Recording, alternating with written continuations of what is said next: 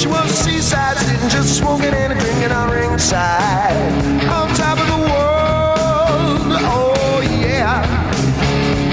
She had a drink in her hand, she had her toes in the sand, whoa, what a beautiful girl, ah yeah. One sweet tongue, honey, with a little bit of ice, and telling your head around. Preach from the sea with the looks to me like she liked to fool around. What a snappy little man, we're gonna keep him happy and accompany me to the ends of the earth. Well, I go to the ends of the earth to find a beautiful girl. What about you, Steve? So I said, here I am. Oh, I'm up? Yes, I would too. How about you, Zach? Maybe for a sandwich. For a sandwich? Make me a sandwich, woman. Well, good morning, everybody. Happy Saturday to all of you in the room today. Well, you know who's here. It's Steve. Yeah. It's producer Zach. Y'all missed me? And it's me, Sean Roberts. That's right. Together we are your Weekly Dose podcast. And, of course, we're streaming live to you here from Orange County every Saturday morning. Yeah, it's a good thing we're live because then we'd be dead. We don't need that. Thank you for joining us week and every week. If you're a part of the family, it's great to have you back. And if you're new, welcome to the family. Thank you so much for being here. I saw we got about 12 more people following us on Facebook this week, so thank you so much. That's really a whole cool. dozen. It is, man. It really That's a baker's dozen. Well, you know what? We've got a very special show today. It's going to be a very busy show. We're going to try and be on time today.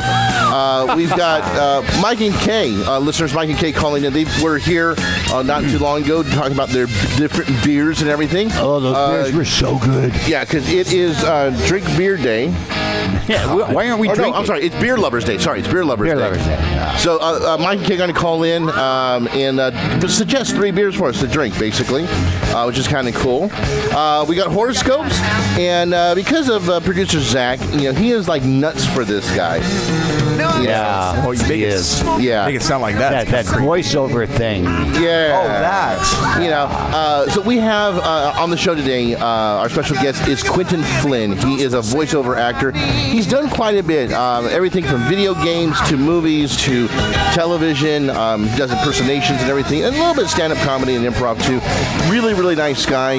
Zach and I got to meet him at Flappers about a month and a half ago. So he'll be on the show. He's calling in from what, London? I'm not sure where, but I know it's England. But It's somewhere in England. Okay. I'm not sure if it's London. And then, of course, we will be continuing the quest for the hostess, the co-host with the mo-host. Yeah, you made it up. You should be able to say it. I know. So the co-host with the mo-host. So today we'll be introducing Amber, Callie, and Gennah today for this whole competition thing that we're doing to find out who's going to be our next co-host and gal about town. Now, if you'd like to talk to us, Please do. Phone numbers. No. We've got. You can interact with the Yes. show.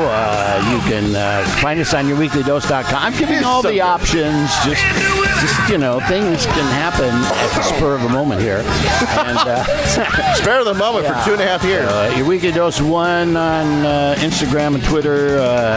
Your Weekly Dose 1 at gmail.com for Facebook or email. Would you like fries with that? And the song is gone. Yeah, it's perfect timing, basically, is what it is. So, let's see here. Well, you know what? What we need to do right now is, because we are at 5 minutes after right now already, and I can't believe this, and we are on a schedule because we do have to call Quinton, because Quinton, again, is in London or in England somewhere. So, right now, we do have listener Mike and listener Kay in right now on the phone with us. How are you guys? Hey, we're doing great. We're doing great. Aha! Look at those lovely voices. I guess they're doing great. Is there an echo in here? There's definitely an echo. How you guys doing? Yeah. Just trying to keep from melting in this heat. Oh, God. It is hotter where you guys are at, huh? Yeah, we've had triple digits over the last several days. Today's a little cooler, only in the high 90s. Well, do you guys have a pool? No. Well, I suggest then you flood your backyard and jump in the mud. That's a great idea. Awesome. Well, we wanted to have you guys back on, and again, thank you so much, because today is Beer Lovers Day. So we wanted to have our two favorite beer lover listeners to call in, and just like they came in with the show, and suggest maybe 2 or 3 beers that they think that we should go out to and check for different flavors and different things and so forth. And by the way, Steve and I, we've had a couple of work nights getting prepared for the upcoming shows, and we have been enjoying the beers that you guys left us behind. Oh, yeah. Oh, that's awesome. That's great. That's great. Yeah, the only thing we missed was you guys. Yeah, well, thank you. Appreciate it. Yeah, that was half the fun of drinking the beer, was having you guys here. Absolutely. Well, we'd love to do it again sometime. Absolutely. Well, you guys are family now. So, Mike K., what beers do you think people should go out there and try now? Also, we've got 3 we wanted to tell everybody about. Sure. And so starting with one called Mango Cart. Ooh, that actually sounds good. Mango what? Cart. Mango Cart. And it's actually kind of based on the LA vendors that sell fruit out of carts, outside of the Frutas. Yes. And this is brewed by Golden Road Brewing in Los Angeles. This mango is the first one that they created. Now they have melon. Now they have pineapple. They have a spicy mango with tahini spice in it. It's a great entry-level beer if you're trying to get into craft beer and maybe you're not used to it yet because it's got a light, kind of refreshing mango flavor to it. Not super strong. It is an ale, but it is not super strong. And it's nothing like, the IPA, for example, that I know, Sean, you need to still work on. Yeah, work on me, brother. Work on me. All right. We'll keep going. And tell me the truth. Are you guys drinking this stuff as you speak? No, but we did crack one open last night. So Oh, good. Well, that's close enough, I guess. had to make sure that we had a fresh taste of it. So it's a great entry level one, and that's why I wanted to bring that one out. So next on the list is one of my favorites. It's an IPA, and to me, it's a great IPA if you're really trying to get into IPAs. It's called Hazy Little Thing. I was kind of like that last night. I got to write these down. I bet. I bet you were. You can get that way after any kind of beer, right? Yeah, that was a hazy big thing, though. So Yeah. He's very proud of that joke. This I is am. this is Hey, Kay laughed. She's over here cracking up. Good for her. This is a New England IPA. It's brewed by Sierra Nevada in Chico, California. What they wanted to do was they wanted to try to present to the public an unfiltered, unprocessed IPA, and as they put it, it's kind of like straight from the tanks. Wow. But it's a very fruit-forward IPA, and it's not super bitter. That's why I like it for kind of introducing people to New England IPAs. Yet it does have some good hoppiness to it. It's got an ABV of 6.7, so it's not super strong, but you certainly know after you've had a couple, and so stay off the roads for sure. And for us, it's kind of a beer fridge staple. It's always nice to have around. And the nice thing about these 3 beers today is all 3 of these can be found on your local grocery store shelves. That's what we wanted to pick for this week. Awesome, man. Thanks. All right. Yeah. And then the third one we had, this is one of my personal favorites. And mine too. Okay. It's a... Chime in, Kay. Just chime in. Yeah. I thought her stout was her personal favorite too, but this is a peanut butter milk stout. Oh, God. Whoa. Yeah. Come on. It's Peanut really butter? good. It's very good. We'll have to bring some in next time we see you guys, but it's brewed by Belching Beaver. Oh, my God. Yeah. This is heaven. Very good. Hey, nice beaver. I think I just had it stuffed. There's a cartoon character. It's Belching Beaver Brewery, and they're in Oceanside, so you guys should go by there sometime. Okay, it's peanut butter. What's Peanut butter milk stout. So Milk stout. It's a light chocolate flavor. It's writing it got down. lactose in it, which gives it a sweet kind of milkiness, and then it's got a lot of peanut butter or peanut flavor to it. peanut butter? There is a bit of chocolate flavor, not strong, but Yeah. there is some. Yeah, it's a very drinkable, very smooth, again, not bitter. It's just a really great stout if you want something different than just a chocolate coffee stout. Okay, again, who makes it? Now, this is Belching Beaver Brewery. Belching Beaver. Yeah, Belching Beaver, and they're in Oceanside, so not far away. And then they have a variety that is called Viva La Beaver. Oh, God. It's a porn name. I thought you might like that. And Wow. Mike knows us too well. It uses a richer kind of Mexican chocolate, and it has cinnamon in it. And it's also excellent. Oh, dang, Zach's out. That's Zach's out. I'm waiting for him to say it's got chunks of real beaver in it. Yeah, I don't know. That may be coming down the road somewhere. But anyway, we wanted to share those with you because they're some of our favorites. And again, I think they're great for people that are trying to break into these different varieties, and you can easily get them anywhere. That's cool. I now feel like I should go out and build a dam. Dude, I think you're going to be going down to Oceanside to build a dam. Yeah. Yeah, that's There's a after you visual. had a couple of these, you might feel like doing that. Okay, what was the last one? Oh, you my said? God, Steve. No, it was a were you on the show? chunky. I'm trying to write it down, and I write slow.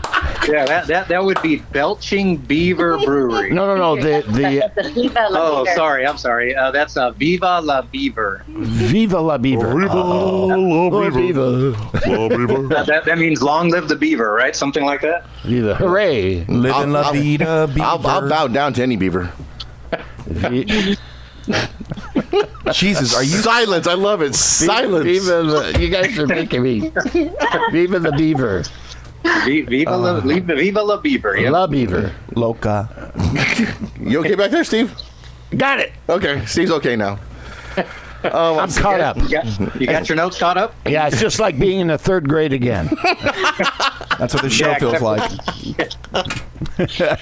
Oh, gosh. Well, Mike and Kay, thank you so much for calling and doing this for us. We're going to be having you guys back actually on September 28th also, because that day it's a Drink a Beer Day.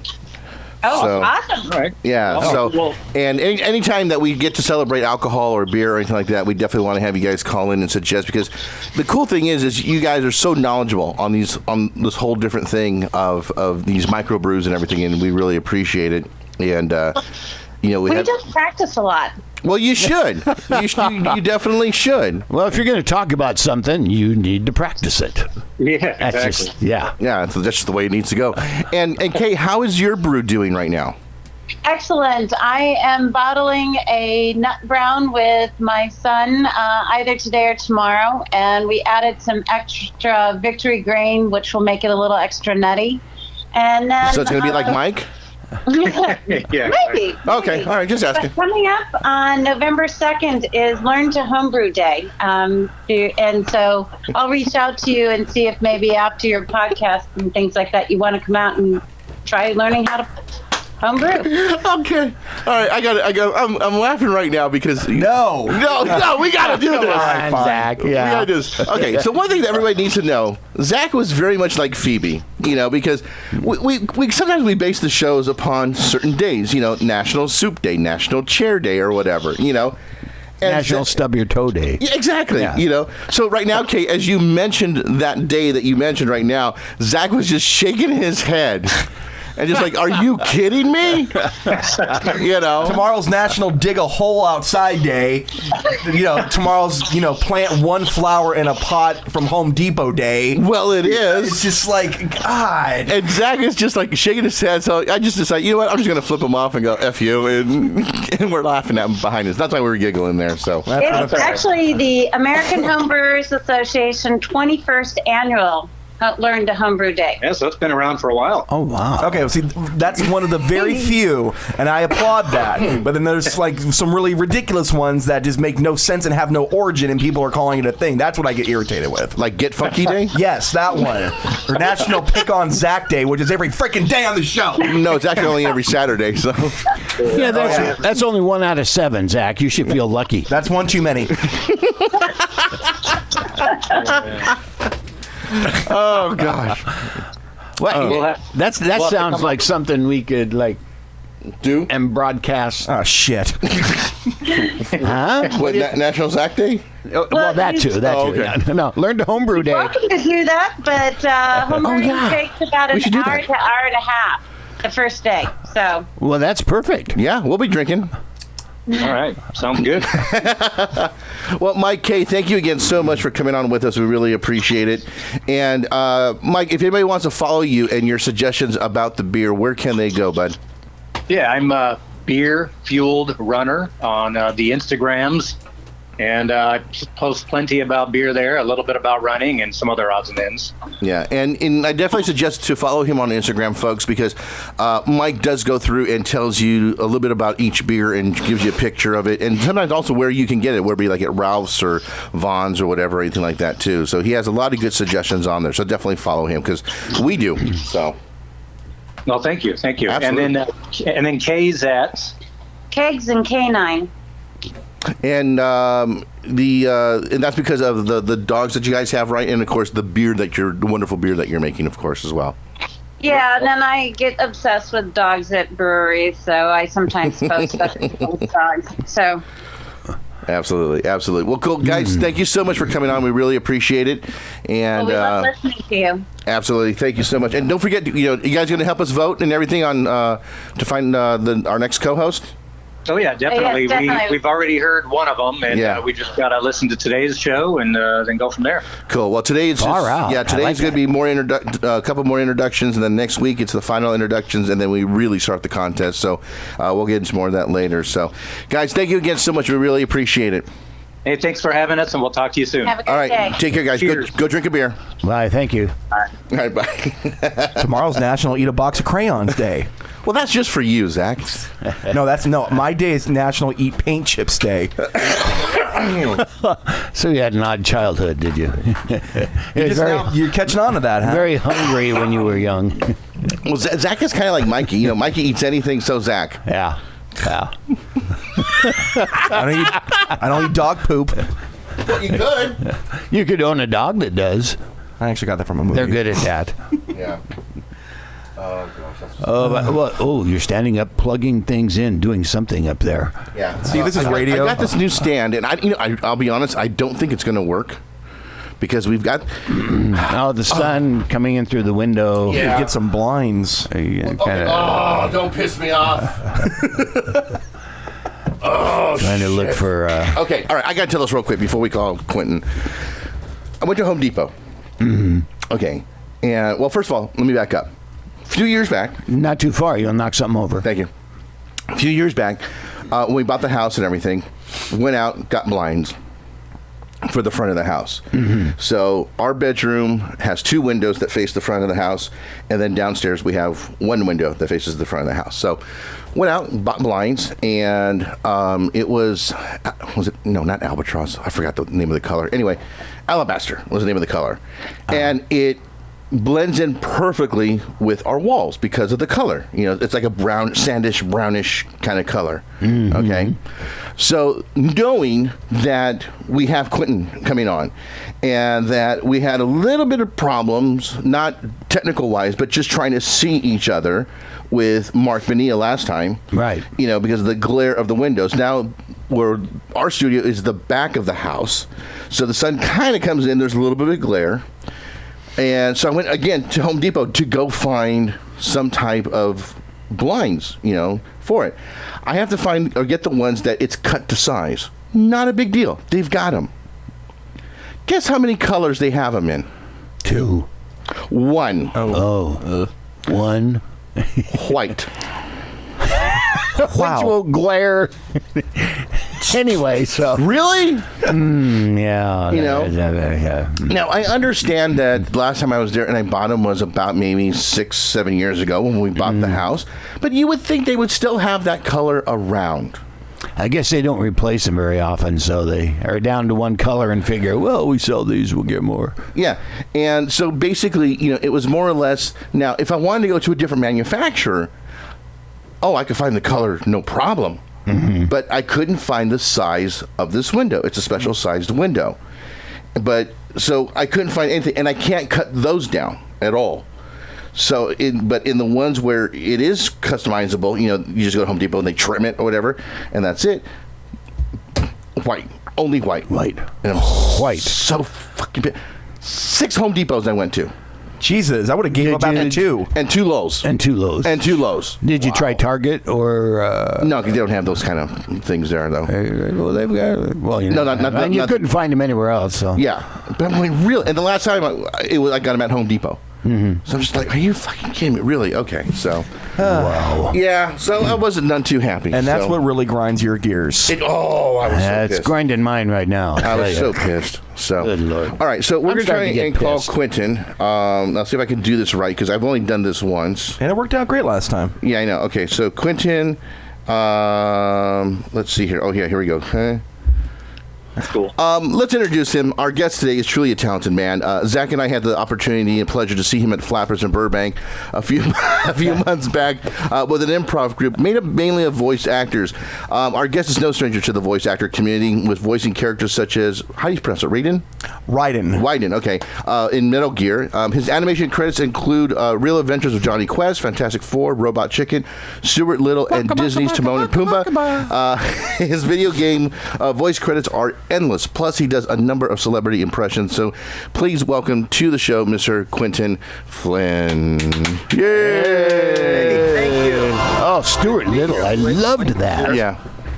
Wonderful. I think it's just fabulous. Thank you, gentlemen. It's a pleasure to be in your studio and your capable hands, I should say. I don't know. My hands are pretty fucked up right now. So. Yeah. Yes, the more twisted, the better. Yeah. Ooh, By the way, you don't have to censor. You don't have to censor yourself on here. There we go. A little bit better. Cool. There we go. A little bit more stable, I think. There we go. Cool. Well, Quinton, thank you so much for coming on to the show, man. We really, really appreciate it. And I got to say that, great. It moved again. I love that. Hold on. Gotta love live, folks. Gotta love technology, man. Gotta see what's going on. Selfie stick. Exactly.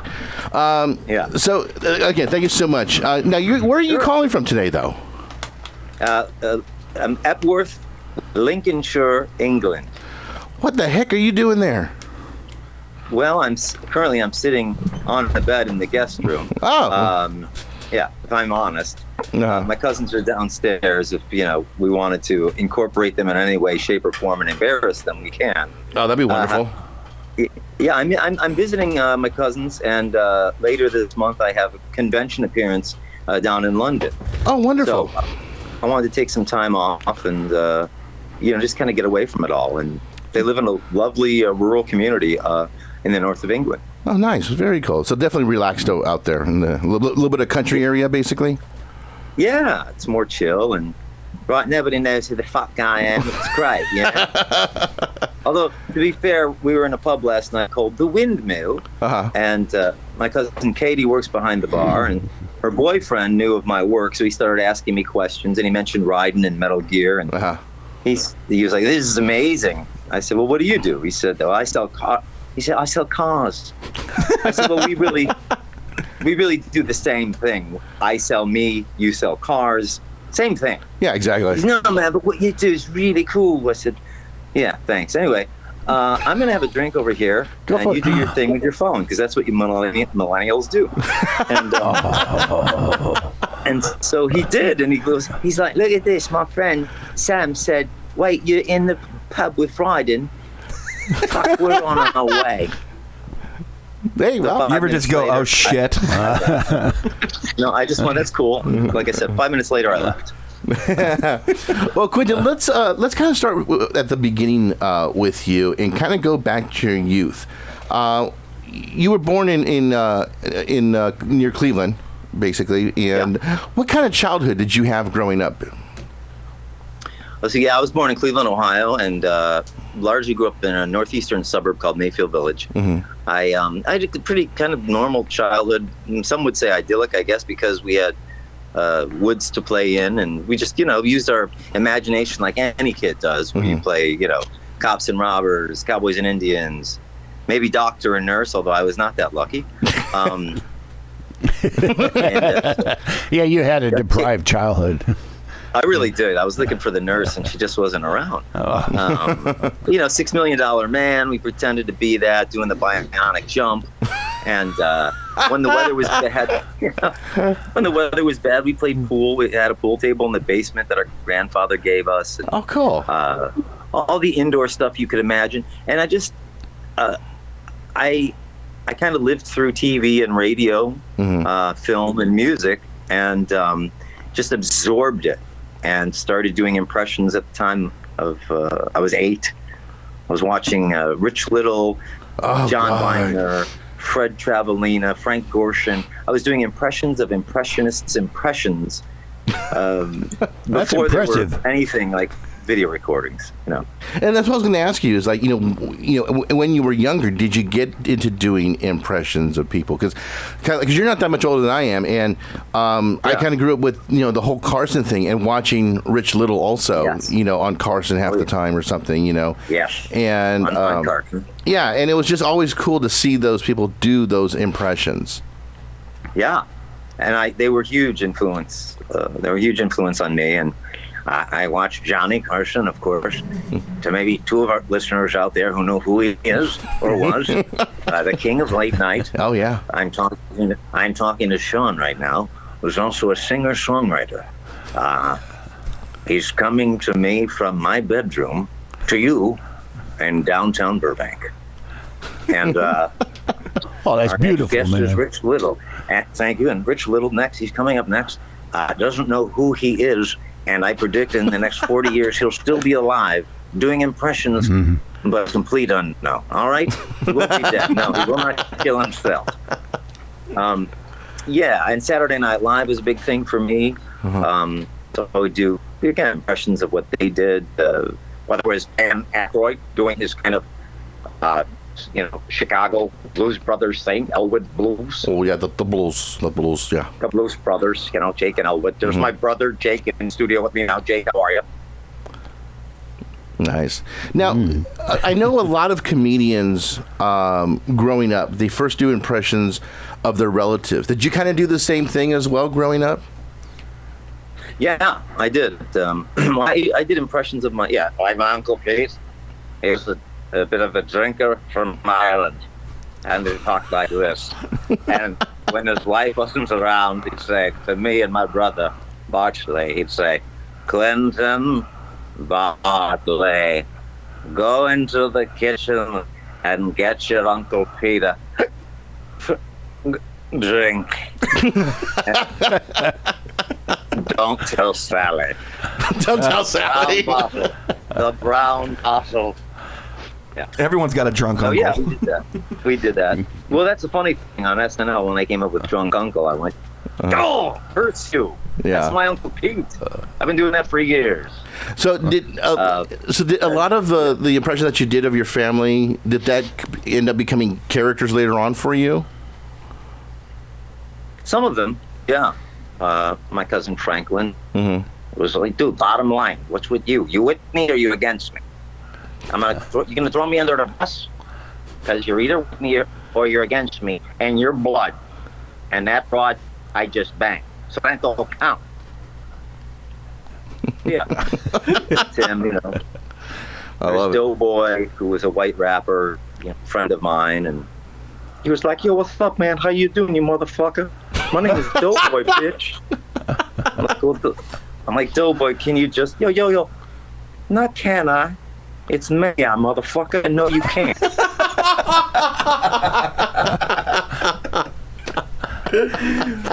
Oh my! Wow, it's like Eminem on a bad day, It's like it is, yeah. And I think these are some of the characters I still need to showcase, either as doing a one-man show or doing stand-up back at Flappers. Yeah. I saw that you went to Kent State in Bowling Green State. I did, yeah. What did you study there? I studied radio, television, film, and theater. Oh, okay. At both universities, yeah. And did internships at a cable TV station where I learned how to edit and shoot. And I was an on-camera video host. And then I also had a radio show, which was more a rock format. It was back then there wasn't much going on with interviews, so I wasn't interviewing anyway. And I did a comedy show, and that's where I started to kind of differentiate between copycatting what was out there, even though I still was, and coming into my own with what's an original idea. Got him. So between, let's say, Kent State and being a kid, what made you decide to kind of go into the whole entertainment realm? Well, how did you find that path for you? Well, I think I started out with fine arts, drawing and painting, and about the beginning of high school, a friend of mine dragged me into auditions for the plays there in theater. And I had already done a bit in junior high, and I was nervous about it. And he said, there's nothing to fear. He said, my brother does it all the time. I yeah, but we're freshmen, they're sophomores and seniors, look like adults, and this is going to be scary. And he said, there's chicks. And I said, I'm in. They love those drama guys. It helped. And, also once I got on stage for the first time in my first play, the lights hit me and I kind of glanced to the audience. I just felt something. And from that moment on, I already knew I was in that direction, but that cemented it for me. Yeah. And then I grew into doing more shows and leads at a young age. And I started improvising without having taken improv my junior year when someone didn't come out on stage to meet their mark. Wow. And it was at the end of the show that the director said, wow, when you improvised that song and that dance, that was something else. And I said, it was? Yeah. I said, oh, okay. So it just kind of came out natural for you then. Yeah, and as a kid, I wanted to be, to like two or three things. I wanted to be one of the Beatles, that sort of thing, Paul McCartney. Yeah. Wanted to be Paul, John, because he's a cunt. And, of course, there's Jerry Lewis. He was a major inspiration. And I wanted to be him and Peter Sellers, and I wanted to be everything rolled into one. And I knew if I was going to do that I'd need to be in entertainment. That would be New York or Los Angeles. And when I was in university, I traveled to Chicago. I thought, okay, that means second city to get me to Saturday Night Live, New York. Or move to New York. It's mostly theater. To maybe get on SNL, or move to Los Angeles where it's the entertainment mecca, and kind of do it all. And that's where I ended up. Well, hey, Quinton, how you doing? Yeah, when Sean keeps his shoulder down, I can actually see you there. How you doing? He's in the back, brother. Good. Well, you're mentioning about coming out to L.A. Was there any particular thing that happened or that you experienced that made you decide L.A.? Yeah, actually, the truth of the matter is I had a rock and roll band at the time, and my cousin wanted to pursue the original music scene that at the time was hair metal on the Sunset Strip out in Los Angeles. Yeah. And he said, I'm moving. I said, do you need help? He said, yeah. I said, all right. Well, I'll come out with you. I've got a package together with a video demo, an audio demo of the headshot and resume. I've checked out Chicago. I've been to New York. Let's give LA a look. You and I can have a little fun on the way, and I'll help you move. And when I got there, I had some connections through other people. Doors just started opening up, and it made sense for me to stay. So this one actor, Andrew Stevens, who's been around forever, Stella Stevens' son, said to me, Quinton, there's no, magic pill. If you're going to be in the entertainment industry, it's all about working in the entertainment industry. So why don't you, if you're moved to LA, give it a year, and that's either have the money to get by for a year or get a job and work for a year. And at the end of that year, as you've been sussing things out, maybe taking some classes, then make a decision what it feels like to you and where you'd like to take your next step. Go from there. That's it. It's a business like anything else. So really, my cousin going out there kind of ensured that I would at least take a step, and then with that direction I took lead. Well, I was born in Los Angeles, and I've been to Chicago and stuff, and yeah, Los Angeles is a great place. I love it here. I can't see going anywhere else, and I'm an actor too, and I enjoy the atmosphere out here. And I just wish it was cheaper to live. Yeah. Yes. So I agree. I take it you really liked Los Angeles when you got here, or was it a big Did it take some adjustment? Yeah, it did because, you know, even though Cleveland's a smaller city, it's more like Chicago or New York, where when you go into the city, it's more centralized and everything is grows up. And with Los Angeles, everything is spread out far and wide. And it's a car culture. Yeah, so, very true. You know, growing up outside of Los Angeles, I think anyone watching TV assumes that everything we see is in one place. Yeah. You know, it's like they say Hollywood, but they say Hollywood, but we see Beverly Hills, Santa Monica, Venice, the San Fernando Valley, Burbank, Disneyland, you know, on and on. Yeah. What? Disneyland, even people, you know, relate to L.A. and it's actually in Orange County. It's Orange County. It's in Anaheim. Yeah. So yeah, it blew my mind, and I just thought, I didn't understand it at all. I thought, wow, now I'm behind the looking glass, and I'm going to just start learning. So I think my ignorance was helpful in that manner, and my willingness to just do whatever was in front of me, ask questions, and take direction and guidance and advice, which I still do today. That's still how I live my life. And did you start doing voiceovers when you got here, or did that take some time? Probably, I want to say four-ish years. It took some time. I worked at a video and music store first year and a half there, called 2020. Well, actually, it was just a video store. 2020 Video in Hollywood on Sunset and Western. And that was a gnarly place. Then most places are in Hollywood. Well, I don't know if you know the area, but I mean, I lived on Argyle, and at the time in 1988, it was one of the most dangerous areas to live. Yeah. So they actually brought the Guardian Angels in from New York. Oh, jeez. Put them on our street. Yeah, they put them on our street because of the shootings, the guns, the pimps, the hookers, the drugs. And the voiceover actors. I'm walking by, some guy nodding off in the street, and I just thought he was getting, some sun. I'm like, "How you doing, man? It's good to be in from Cleveland."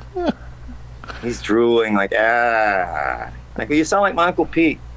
Anyway, but so there was a lot of waking up to do. Like, what was that noise? It sounded like my cousin. It sounds like a gunshot. I go, that only happens at TV. Anyway. So I was there, and then I moved out to the Valley because it was, in fact, dangerous and where we were. And I worked at Warehouse Entertainment for a year and a half, started taking classes in improv, started doing improv shows, sketch shows, started up a rock band, did rock shows, was at a proper theater company where I was taking proper theater classes in Beverly Hills. And then I took this voiceover workshop for animation with a guy named Bob Bergen, who established himself as Porky the Pig. Yeah. And he and I got along famously, and he just said, "Man, you got something here that's just the right fit." And he kind of had the same background that I did, and the same knowledge and information and passion. So when I'd gotten out of his class, my then girlfriend said, "You're doing so many things, you're wearing so many hats. Why don't you focus on one, nail it, and branch out?"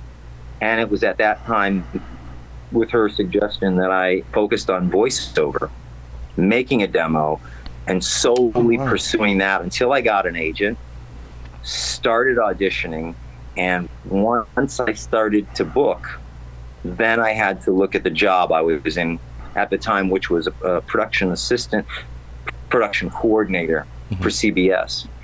And I had to make a decision. One of the producers said, well, this is how she said it. I won't name her name, but she was a very strident woman who said, "Quinton, come here. Now, you've been coming in late on lunches. What are you doing?" I said, "Well, Miss Blank, I am not Mel Blanc, but Miss Blank. Blank slate. No name. No relation. I've been auditioning and I've been coming in late, but it doesn't really affect anything because this show's in development and it's not up yet, and I'm getting done everything I need to get done, and I need to shut up. You need to make a decision right now. You want to be in production and learn the art of production, or do you want to be an actor? Whoa. I, in my ignorance and naivete, I want to be an actor.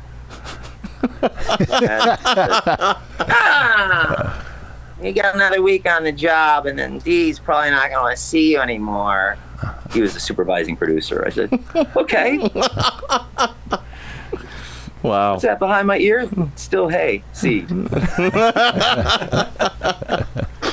But you see, guys, back then, producers didn't have the power they have today to write in themselves, cast themselves, and create, as we all know and have seen. Right. It wasn't that way. Yeah. So definitely a lot different back my then. dream. I followed my dream. Quinn, do you remember the first role that you got doing voiceover work? I do. Specifically for animation, it was a character named Prince Khalid for Aladdin, the animated TV series. Oh, wow. Oh, I grew up with that one. Cool. But as far as commercials go, honestly, I don't remember. I think that happened first. And then I also started doing promos for the CBS network for TV. Oh, kind of like, coming up next on Women of the House, followed by Drew Carey, it's going to be a wacky night. And in 6 months, I'm going to be fired. And in 1 year, homeless. That's right. It's going to be amazing because at Christmas, I'm going to be giving out champagne. Yeah, and the following summer, I'm going to be drinking out of, well, a brown bag. Women's slippers. Yeah. Out of all the various impressions and voiceover work, which one was the toughest or most challenging for you? Good question. There have been a few. I'll say I worked with Peter Bogdanovich, who was an infamous film director. And if you don't know who he is, folks, Google him. And he had me come in to voice James Dean. Mm-hmm. He did a movie of the week called The Mystery of Natalie Wood. And he said, we got this guy. He's like, kid, we got this guy who looks like Jimmy. And I knew Jimmy. And this kid doesn't sound anything like Jimmy. But when I heard your voice and I liked it, I said, let's do this. So I'm looking at this guy, and I know he's a legend, and he doesn't know that's what I'm thinking. But I'm thinking, how can I do this job successfully without blowing it, as this man's telling me he knew James Dean? Mm-hmm. So I got in front of the mic. He got, back in the in the booth and production, and we just kind of went along. And like anything else, I took direction. I rolled with it. He came out at the end of the session. He was a happy camper. He got what he wanted, as he would say, and that was it. So that's one of many jobs that have been very difficult for me, where my fear would come up, wanting to please someone, and maybe not necessarily being as confident or comfortable in my abilities as I could have been at the time because I was so young. Got him.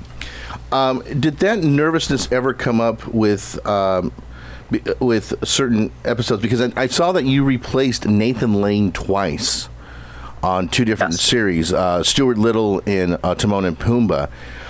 Did that ever come? Did that nervousness ever come up? Because here you're replacing the great Nathan Lane, and and you do a beautiful job of it to the point where you almost cannot tell the difference between you and Nathan. So, how tough was it for you to step into and replace those shoes? Well, I'll be honest with you. At the time, it wasn't that difficult because for some reason, I believed so much in myself and my abilities that I probably was overconfident. Mm-hmm. And when I did the job too, what I know now is to try to work that balance of humility, not feeling less than as I did with Peter, or greater than, right, as I have in some rooms, but feeling right-sized and knowing, like right now, like we're doing this interview together, we're a team. Right. This is happening, there's a give and take. But at that time when I got that gig, I was feeling pretty cocksure. Mm-hmm. I'd already had a few gigs under my belt. Thought, I nailed this. I'm the guy. And once I was getting directed, to be honest, at the time, I won't mention the director's name, but when he would say, that's a little too much, and I think Timon would say it this way, my head was like, okay, fuck you. I've been doing this a long time. Oh, no. And if anybody knows what fucking Timon would sound like, it's me. And I've done my work on Nathan, and I got Nathan down. And don't you tell me that I sound more like Nathan when I'm just talking than when I'm doing my fucking Nathan Lane, you cocksucker. Shy of calling him a cocksucker, the rest did come out. I fought with him. I'd say, no, I don't agree. Well, you don't do that. There's a diplomatic way to go about right. it. So, yeah, I wasn't nervous at all. I just thought I am the right guy. Got it. And then when I replaced him in Stuart Little, I don't remember much about those sessions. For some reason, they don't stick with me like they did. But that was fine, too. What I found is, and you guys get it, you get comedy, you're creatives. When you work with somebody who's a... Yeah, no kidding. Yeah, ooh, boy, do we try. But you also know what it's like when you work with a producer or a director who, in your experience, I'll assume, like mine, is humorless, doesn't get it. They don't even understand the musicality, the rhythm, the beat, and they're trying to direct you in a way that you just know instinctively is wrong. It's hard to bite your lip or bite your tongue and go along to get along. Mm-hmm. So I think that's what some of my frustrations were at the time. Not trusting the process or the big picture, or giving them what maybe they needed or wanted at the time, and trusting that everything was going to kind of work out in the end. Mm-hmm. And I learned over the years, just to let it go, because ultimately there's a lot of other people involved. It's not going to be The Lion King revisited. It's not going to be Stuart Little the movie. It's going to be Stuart Little the animated series for HBO. Right. And they got a certain vibe, and they got a certain way it's going to swing. And also, they're rooting for me. They're not going to want me to not sound right. And they're not going to want me to give a lame performance. So I think I learned on the other side of that to trust them more as well. And give them, I don't know. I don't want to say give them a little credit, but because I don't want to give them a little credit. I don't give him any credit at all. Fuck them, because you laughed when I said it. You've obviously had that same experience. Yeah. Working with someone, you go, how did they get the job? Oh God, yeah. Oh yeah, that happens all the time. Yeah. Well, as an actor, you kind of have to walk a weird line, because they'll say something to you and it could be like mean nothing, but in their mind they think so. So you have to be able to relax and just kind of interpret what's going on, and maybe adjust a little bit, but kind of lean toward them, because they are running the show. Yeah. Yes. And that's exactly right. And that's what I learned over time. Mm-hmm. At the time I didn't. Now I do. And so, as I say, I'm happy to give you whatever you want, and even down to a line reading. But then I will also add, if it comes to me creatively, I'll say, oh, I got something else. May I try it? Invariably, they say yes. And then whether they use it or not, I'm not invested in the outcome anymore. Right. Because I'm not producing it. Right. Mm-hmm. They are. That makes sense? No, it absolutely does. Yeah. It totally does. Quinton, your voice work in video games are so well known. What led you to do voices in the video game industry? Because from my understanding, through other friends like Gina Grad and so forth, sometimes you're just getting paid just for that day, and the video or the game is such a huge hit, but you just get whatever rate they paid you that day. So what led you to go down that road and venture doing video games? It was just it's just something that happened. I didn't plan it or project it. At a certain point, I think it was 1997, I got hired for my first video game, a proper video game called Monkey Island, where I played a character named Mr. Fossey. And I just assumed it was a one-off and just some oddity, an anomaly that wouldn't continue. I had no idea at that time that video games were going to shape, shift, and coalesce into the form in which they've come into, and then cross over with CGI and motion pictures and actually grow, change, affect, and inspire people globally, well as emotionally, mentally, and personally. And that's just what's happened since then. So it's just been part of the flow. And I just happen to be in that, in that chair, in this vehicle, in these roles where I've gotten so much wonderful feedback from fans at conventions who have said, this has touched me and helped me during a very difficult time in my life. Wow. Whether it's a kid in New Jersey, someone I talked to in Atlanta last week, Saudi Arabia, Dublin, Ireland, everyone's the same. It's bizarre, man. Wow, that's amazing. That is absolutely amazing. I saw two things on YouTube. The first one I came across was A Hard Day's Day, which was a day in the life of a Beatles tribute band. And first of all, it was brilliant, number one. And it was so funny because when we were trying to do promos for this whole thing for you, you being on the show, and it was so funny. All the pictures of you that I found, I'm going, God, he looks like a lost Beatle, the fifth Beatle that got lost somewhere, and it was so funny.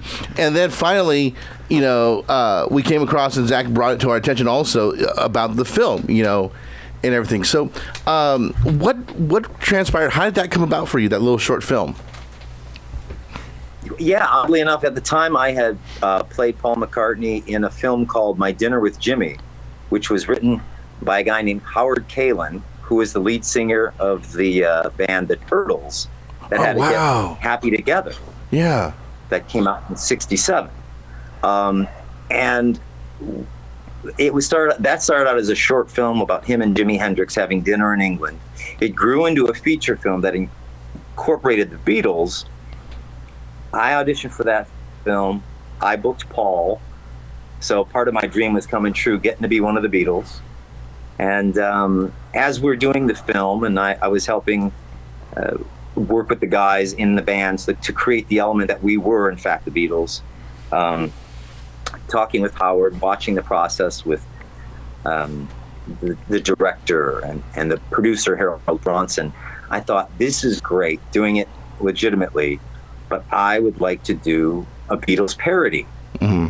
So I was at a film screening sometime after ours, and at the end of the film, a friend of mine comes up to me named Wally Wingert, and he says, I got a buddy named Dave Kessler here who wants to talk to you. He says, you look like McCartney. And he's got an idea for a film, like a comedy film about the Beatles. And I said, well, I do too. We definitely have to speak. That's funny. And we talked, and David and I both had kind of the same idea. Uh-huh. So we got together and started working on his script, and then I ended up getting a co-write on it and worked with these guys called the Mop Tops. And so the guy who plays John Lennon, Joe, he'll kill me now because I can't pronounce his last name correctly. Joe Stefanelli. There it is. Okay. Woo! Thank God. Woohoo! Ta-da! Yeah. Woo! Hey, John, mind yourself, go veggie. So he and another kid from Orange County played George, and we got a ringer for Ringo, who actually was, I believe, in the Mop Tops. Uh-huh. Looks like him. And it was David's idea for it to be a tribute band, and for them to all look like the Beatles except the drummer. He said he's got to look Asian. We want this guy to not look like a Beatle, which was brilliant. And I don't want to give away the rest of it, but we just started going back and forth and incorporating some of the best of the Beatles movies in the parody of A Day in the Life of a Beatles tribute band. Uh-huh. So Yeah, it was for our love of the Beatles. It was basically our love letter to the Beatles. Well, I definitely want to try. I want to get a link up on our website when we finally post this, and so people can go see it, because it is really, really good. And I mean, I had to watch about 4 or 5 times because I just was laughing in certain spots that I had to go back and rewatch the scene again so I can get the next joke and stuff. So it was really good. Oh, I'm so glad. And David, I will say, give him a quick shameless plug. Yeah, he wrote a screenplay called Minamata. And it's a feature that's being done. Maybe it's in post now. Johnny Depp has the lead, and it's David's first feature film to come out. Oh, wow. Very cool. Very cool. The other thing that I saw was something called the Snozberries. Yes. Talk a little bit about that. That started many years ago, when another musician like myself, who was also a voice actor and actor, named Robbie Rist, he and I came together at a particular show. I think it was a Christmas show where everybody was doing rock and roll Christmas songs, and he and I decided to leave our respective bands to pair up as a duo for that. And we did a couple of songs, and I came up with the name because I'd always wanted to name a band the Snozberries, after my two loves, the motion picture Willy Wonka and the Chocolate Factory, where you lick the wallpaper and it tastes like snozberries. And then, of course, out of Cleveland, because I'm a Cleveland boy, the Raspberries was a great band out of the 70s with Eric Carmen. Right. So he and I started on that path, and then we started doing kind of comedic music parody stuff.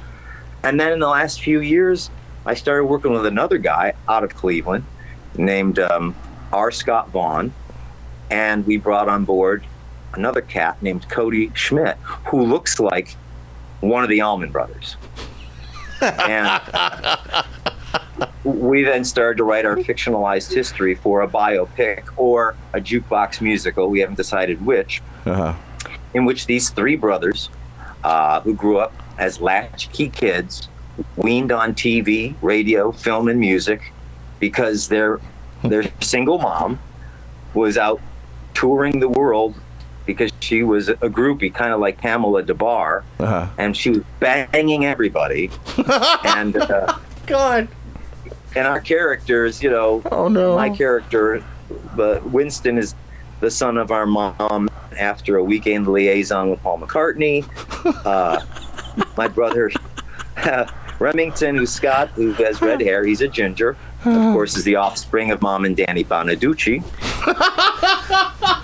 because the Partridge Family were a real band. And of our brother Cody, who plays Orville, we say it. And you know, what's your deal? He's like, I said, you look like one of the Allman Brothers. Yeah. Well, it's true. I said, well, which one of the Allman Brothers is your dad? And he said, all of them. So that's it. And then the Snozberries went on to have some fame and fortune, and then when there was internal strife, they broke up. And then they've come back together for this reunion tour. And you know, you've got my character, who was the once star, who was a fallen star and had to get clean. We've got my resentful brother, who is a little shit, just like Danny Bonaducci was. And then we've got the airhead, who looks like he's, you know, one of the Allman Brothers, who basically is I don't know, he travels in time like Doctor Who. He's a man out of time. He's like Shaggy. He's just dopey but lovable. Now, do you still go out and perform the Snozberries, though, or? Yeah, we actually just did a show in Cleveland a few weeks ago. But because I'm on the road so much and back in LA, we're trying to figure out kind of where to go with it next. Got it. Okay. Yeah. Well, it's a lot of fun. If you could figure that out, Quinton, we would love to have the Snozberries on the show and have you guys perform, you know, for us and everything. And matter of fact, we're talking to some of the people who, because I don't know if Zach told you or not, but we also pay homage to Mark and Brian on our, that's what our podcast is about. And Dan Novak, who is one of the administrators for the Mark and Brian 25-year Facebook page. We're actually talking about doing a Christmas party and everything. So maybe we can work that in with the Snosbergs at some point in time, too, if everybody's in town or whatever, however you decide to do it. I'm sure we would love to have you come in and do some of the Snosberry songs and stuff like that, too, as well. Absolutely. Yeah. That'd be great. Yeah, that sounds like fun. We do have some originals, but we cover animated TV show themes, television show themes. Oh, that's great. Film themes. So whatever you want. Oh, that sounds good. Do you guys play the Scooby-Doo theme? We do. Oh, I can't wait. We got to have them on then. I was just going to ask the same question. Yeah. We're both thinking Scooby-Doo. I love that one. It's so cool. It's so cool. Yeah. Well, something that we like and I will say, yeah. Fortunately, I guessed it on Scooby-Doo, so that was a treat. Oh, did you really? Oh, very cool. Oh, that's right. I did see that in the credits. Yes, that's right. That's right. Yeah. Well, Quinton, something that we like to do with all of our guests is play the island game. And it's just something that, just trivial questions, basically. Sometimes people do it at house parties and so forth. So cool. you're on a deserted island, and you could only take one candy bar with you. What would it be, Quinton? Hershey's. Ooh. Hershey's chocolate bar, no nuts. No nuts. Okay. Steve got a on that one. I've got nuts enough for everyone. Oh my. Now here's a tough one for everybody. You can only take one album with you. What would it be? Abbey Road. Oh, that is Beatles. Abbey Road. Beatles. Yeah. Absolutely. You could only take one movie. What would it be? Oof. And with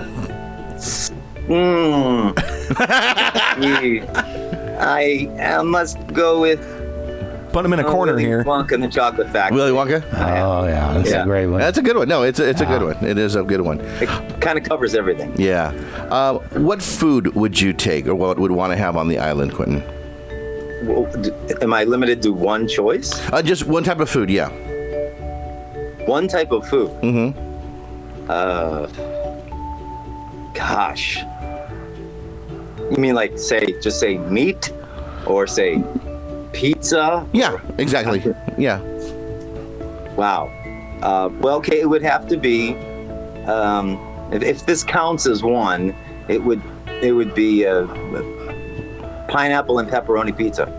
Oh, that's so good. See, That's a first. Yeah. see, well, a lot of people do say pizza, But not pepperoni and pineapple. but you That's know, right. yeah, but you know what? Pineapple does belong on a pizza. I'm sorry, and Yes, for it everybody else does. who doesn't think that it doesn't, you Fuck know, them. exactly, you know, just like Django, you know, Oh, God, Django yeah. Marsh, you know where you can go, Django. All right, That's right. And pepperoni, not ham. Pepperoni. yeah, pepperoni, which is different, and I like that. That's different. It's a little bit of spicy and sweet. Yeah. See, I like Little more of pepperoni. that. I do pepperoni. Very nice. I do pepperoni and jalapeno. I go all out crazy with the spice. Wow, jalapeno, really? Hell yeah. Wow, and pepperoni. Okay. Quinton, you can only take one person for conversation's sake. It could be anybody throughout history, dead or alive, and of course they would be alive in their prime. It can't be your spouse or significant other, though. And not a friend, not anybody in my life. It could be a friend if you like. Sure, absolutely. Gosh, why did I even ask that question? It's because I do know some really fascinating and interesting people, and Yeah. I fear that if I say something like John Lennon, that maybe within 20 minutes I'll be like, this guy's a fucking asshole. 'Cause I don't really know him. Gosh, who would it be? There's some people, men and women, I can spend hours on the phone with. Why am I blanking right now? If it helped, I picked Heath Ledger. No, it doesn't help. It doesn't help? Okay, I was just Yeah, throwing my look on his face, you can tell. That lets me know a little bit about you. Yeah. I'm going to step back in my corner. No, that's fine. Heath Ledger's great. I'd say either Chris Kaysen or Gene Wilder. Yeah. Oh, Gene Wilder would be a good one for conversation. Really yeah. Yeah, for those people who know, I'd say Gene Wilder, and for those of you who don't, my friend Chris Casey. Yeah, that's a good choice. Exactly, that's a really good. Yeah. Here's a tough one though. You can take one person for sexual gratification, and again, it cannot be a significant other or spouse. Who would that be? Can it be an ex? Sure. Well, I don't know that I can say her name, but it would be an ex. It would, yes. All right, that's the first time I think we've ever had that. That is definitely a first. He's not going to say her name though. But I like it's mysterious. It's mysterious. We must protect all involved. Yeah. And last question, Quinton. If you could go, if you could go back to any time in your childhood or young adult, what time period would you pick? Oof. God almighty. I don't think it would be any time when I was an adult. You mean knowing what I know now? Yeah. Well, where would you want to go back to and relive? Oh, gosh. I guess I have to say the year 1979. And why is that? Because it was a good time, man. In 79, it was good music. Disco was coming to an end. Yeah, and pop rock music. Yeah, disco was closed. The whole new wave thing was grooving. I was starting to mature, even though I didn't fully mature until, what time is it? That's disco back then. Yeah. But like 78, 79, that era, there. The music was great. Everything was sweet. I was young enough to still appreciate the fantasy of life and art, and certainly not jaded, and hadn't been hurt or hurt anybody. Right. So there was no damage done that I had to repair. You still had that naivete a little bit going on in your life then. Yeah. Yeah. I get it. I get it. Totally get it.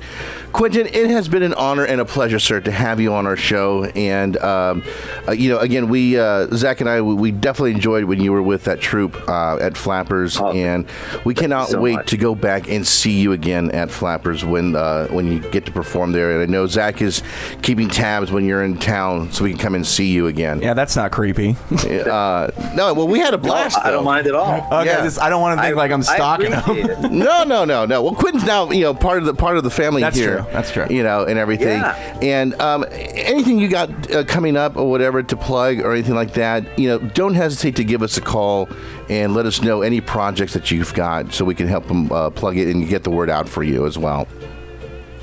I do appreciate that, guys. And I want to say this has been an outstanding time. You guys are real pros, and it's so good to work with pros who get it. And you've made me feel so comfortable. I can't thank you enough. Well, that's a great compliment. Thank you so much. Yes, thank you. That says a lot for us. We really appreciate it when people appreciate what we do. And we're actually growing, which is kind of cool. Because I'm glad. Yeah, because we're just kind of a couple idiots, just like Mark and Brian were, and put this thing together. Hey, speak for myself. Okay, we'll do. Which I loved, because I when I moved to LA, that's who I listened to all the time. Yeah, and they were great, and that's why we picked part of the reason why we did the podcast this way is because the whole aspect of Mark and Brian, so many people miss and everything, and having that humanized factor back into radio. Nobody's doing it anymore, so Steve and I decided to do it more as a podcast, and we're slowly growing and everything. So yeah, and when that didn't work out, we do what we do now. Yeah, exactly. So Quinn, thank you again so much for coming on the show, and again, we'd love to have you back with the Snosberries and everything, and see if we can work that out next time. Yeah. So that would be great. Yeah. Well, sir, enjoy the rest of your vacation there, and have fun at that other Comic-Con that you got coming up over there in London and everything, and have a good one, sir. Yeah, go have some bangers and mash. Oh, I will. And Quinton, thanks for putting up with me and all my shenanigans via texting and bouncing back and forth. I know that sometimes I can be a little persistent. No, you've been perfect. Trust me, I said to my cousin earlier today when I got your message, I said, thank God. Had he not sent me that message, I would have laid down, taken a nap, and woken up, and the interview would have been over without me. Yeah.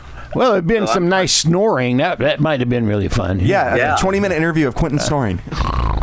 Yeah, in different voices, though. In different voices. In different voices, yeah. Exactly. yeah. Yeah. Oh, well, Quinton, thank you again, sir. We appreciate it so much, and go out and enjoy that rest of your day there. Thanks, you. Quinton. Do you have any requests for the promos or anything? I'm happy to do. Nothing at the moment right now, but we really appreciate come it. up with something. But yeah, we can come up with something later and have Zach call you and let you know. So, well, we are interviewing girls today, so maybe Bill Clinton. Well, here's the thing. You know, I never penetrate any woman. I do not have sexual relations with them because I prefer the pedophiles on Epstein's Island. Thank you. There it is. This right here is George W. Just W here. I can actually attest to that. He's not lying. No, and you know what's weird? George is correct, and I must correct myself. I said I prefer the pedophiles on Epstein's Island. What I meant to say is I prefer the younger. Well, you know what I mean. Yeah, and he actually hung himself with a rubber hose. We don't know how it got right. there. Well, George, you had a hand. I mean, never mind. We better wrap it up. The FBI's listening, bud. Let's get out of here. All right. Tap, tap. Oh, God, Quinton, it's so good to talk to you, man. You too, brother. Thank you so much. We really appreciate it, and we'll definitely catch you next time. Sounds great. Thanks so much. Take care, guys. All right, you too, buddy. Take care. Bye. All right. And there you guys go. That is Quinton Flynn, their voiceover actor, impersonator, and just all around fun guy. I got to do a dance with him in the end. That was pretty cool. Yeah, look at you, brother. Voiceover brothers. Yeah. Oh my God, that was good. That was good. Well, should I go down and? Yeah, let's go ahead. We're gonna play some quick bumper music here for you guys, and we're gonna get the girls in. We're gonna need some girls. You okay over there, Steve? Oh yeah. Oh my God. Where's my mouthwash?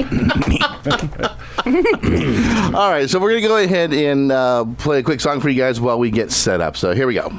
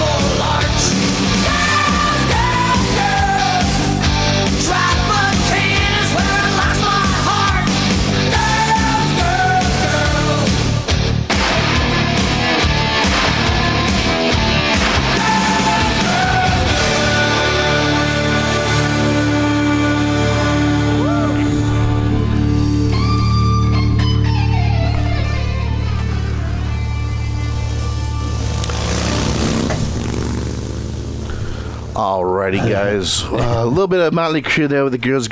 That's what we have in the room right now. We've got girls. Steve doesn't get out much, basically. So, it is what it is. So, as you guys know, we are currently looking for a co-host and also a new gal about town. Mm-hmm. And so Steve and I said, you know what, this time around, what we're going to do is we're going to audition the girls in a little bit different way. And it's kind of basically baptism of fire, and have them just kind of come in and try and do the show with us and see who is able to do it very well. But we're also going to have our listeners involved and vote every week on who they felt is doing a good job, with it. And that kind of will hopefully help us decide in everything. So today, we've got two more girls in with us, and we're very, very happy to have them here. So we thought we'd throw this theme in. Makes kind of sense. I was almost on this show once. So our first person that we got here is Gennah. Goes by Gennah Rose, right? Gennah Nicole, I'm sorry. And then, of course, we also have Amber Ash McCary. Hello. There you go. And so two lovely ladies who are going to be joining us and want to take this trip with us. Why, we have no idea. They are going to be doing this with us, but they want to be a part of it. And it sounds like fun for them and everything. So, Gennah, we're going to talk to you first here and just kind of do an introduction about yourself and just kind of let us know a little bit about your background and everything and so forth and why you want to be a part of this whole crazy thing. Well, I love to talk, so that's a big reason why I want to be a part of it. And I love to listen as well. And what you guys have to say is always pretty funny and entertaining. I am Gennah Nicole. I am 30 years old, so I just joined the 30 Club. Congratulations. Thank you.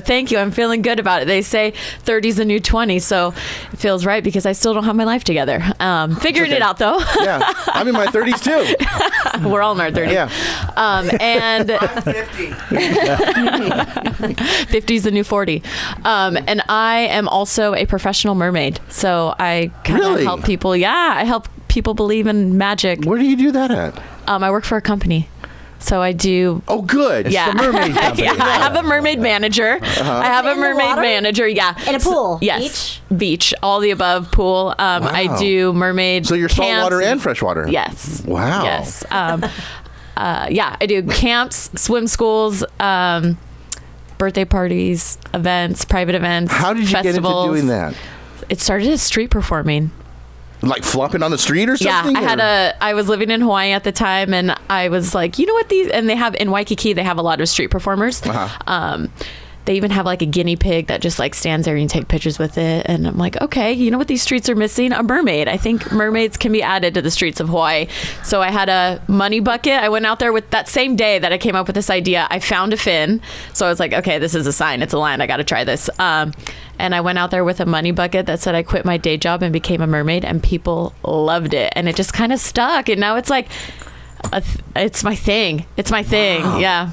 And you actually found a company that needed that. Yes, and now I get paid to be a mermaid. So, wow. Yeah, it's pretty fun. That is really interesting. Resume. Holy I was going to wear my fin into the studio, but I felt like it was coming out guns blazing. So maybe the next time I come in. Well, hard to get up the stairs, but... Yeah, exactly. Wow, that's definitely interesting. And now, of course, you live here locally, correct? Yes. What city are you in? I always say I'm from Disneyland. I live right by, Ariel? No, Ariel. And she's a bitch, by the way. Exactly what I was gonna say. Ariel's a bitch. She's not nice. And yeah, but I live by Disneyland. I always wanted to be Ariel at Disneyland, but I think I'm a little too tan for that. And you have to have a certain look, and I don't want to work for the mouse. What do they call it? White. Yeah. White. Yeah, Although white. the new Little Mermaid is not white, so we're making. Hey, you might have a shot. I know. You might have a shot. So cool. And of course, the other gal that we have in here with us is Amber, Boy. who came in a day early. Oh my God. So I showed yesterday. She's just eager. I got my schedule all messed up. It's been a fucking crazy week. Can I cuss? Yeah. Oh, fuck yeah. Go ahead. Yeah. I have a potty mouth. So yeah, I just got my schedule all screwed up. My girlfriend's grandmother just died. We're getting new tenants in her house. I have teenage kids. One just started high school. One just started junior high. And work. And yeah. So I was here. Yeah. It was it was you funny. didn't even invite me up for breakfast. Well, what was funny though was that in the emails I sent out to the girls, say be here at a specific time, and Amber goes, "No, you know what? I got it. I'm ready for Friday." And I kind of wrote back. I said, "Amber's actually going to be Saturday." And I still did it. And then she writes back saying, "You know what? I saw on the calendar. You're absolutely right. It's Saturday." And then I showed up anyways. And she showed up on Friday anyway. So I guess that's kind of better than the girl who forgot it was Saturday. Oh my God. Where are you? Yes. What day is it? We did have somebody like that. I'm getting a phone call from a number I don't know. I'm sitting doing You were homework. so sweet. I was like, Lake Forest. I don't even know where the hell that is. Well, it's my old number that I'm in Long Beach. Yeah. I'm in Long Beach. But then I just get the voice message and I go, who's Amber? I'm like, but I really don't know who this is. And then I'm here for you. I know, come get me. I wonder if this is what Sean was telling me that he needs to follow up with me in a phone call about. Exactly. Exactly. So, Amber, tell us a little bit about you now. Okay, so I have 2 kids. Right. I'm exhausted. I act, I work. I have a girlfriend who is a wild, crazy artist and designer, and she doesn't sleep normal hours. Wow. So I'm like, we have an interesting balance at the house. You know what I mean? So. And what makes you want to audition for this whole thing and go through this whole adventure with us? I love radio. I love voiceover. I've done things like this, just small things, for the last couple of years, and it looked fun. You know, you sound fun. It looked, why not check it out? And see what it's all about. Yeah. Very cool. Very cool. You want to ask anything, Steve? Or? What kind of voiceover do you like to do? Oh gosh, I've done everything. I've done narration. I've done a bunch of commercial stuff. Anything that pays money, I'll do. That's not always really? Okay, take a note on that one. We'll do anything. There are limits. For money. Limits. Oh, there it is. Now the truth comes out. Yeah. Oh, well. Strike that. Scratch it off. Yeah. Okay. Gennah, 1, Amber, negative. You said you have 2 kids? I have 2 kids. You said they're both teenagers? Yes, one's turning 15, one just turned 12. And they're as tall as me. So now we're eye to eye when we're like, fuck you, That's awesome. Yeah, it's good when they tell you ruined my life when they're right there. They haven't gotten there yet. I'm expecting that to come up in the next couple weeks, though. You think so? I think we're headed Oh, are you there. going to put the hammer down on something? I don't know. I'm hoping for the not. I hate you. Yeah. Are they boys or? My daughter's turning 15. Okay. And then my son's, he just turned 12. Okay. And they're very different. My son is very effeminate. And he's not androgynous, but he says he's gay. Okay. And then my daughter is androgynous, but says she's a lesbian. So it's like, I'm like, it's awesome. Whatever. So you still have a boy and a girl? Yes. No matter what. No matter what. That's awesome, though. Somewhere in between. That's very cool. That's my life. So I'm going to ask you guys a question. Coming into this whole project and everything, you have the opportunity to speak into a microphone every week, basically. Gennah, what's your idea? What's your plan with that? And what do you want to do with the microphone? Okay. What I want to do with the microphone in regards of speaking into it, I want to entertain. Because it doesn't vibrate, so, Oh, my God. Because we don't go bzzz, and we got to do that on our own. I don't necessarily need the vibration. Two for Gennah. I want to entertain and I want to inspire and I want to just add a little bit of 2 cents in the mix. Inspire in what way? I love inspiring people to make the most of life, to make the most of any situation, whether it be good or bad. I definitely have a more optimistic mindset, so to kind of challenge people to shift their perspective. Okay. And become mermaids. Yeah, exactly. You can be anything you want to be in life. You're talking to a mermaid, so. Yeah, there you go. Amber, same thing for you. You're going to have the microphone every week. What is it you're hoping to do with that microphone? My MO in life is always just to have fun. I think if I'm not having fun and I'm not playing, I'm not enjoying my life. We all have something we want to say. Can't talk about politics or religion, so scratch all that off there. But I don't even think we want to. But just have fun. And I'm an information sponge. I just know way too much random shit. So it's always Like fun what? to talk about. Let's see. In my rabbit hole earlier when I was waiting, I was reading about hypersomnia. No? What is it? No? It hurts. It's a neurological disorder where it's not quite narcolepsy and it's not quite daily fatigue. It's like right in the middle where you're like sleepy all day long and you can't function well. I don't have this, but I was just reading about it because some friend posted about it and I was like digging through articles and just. So basically, it's kind of like saying, I feel like taking a nap, but I'm too tired to.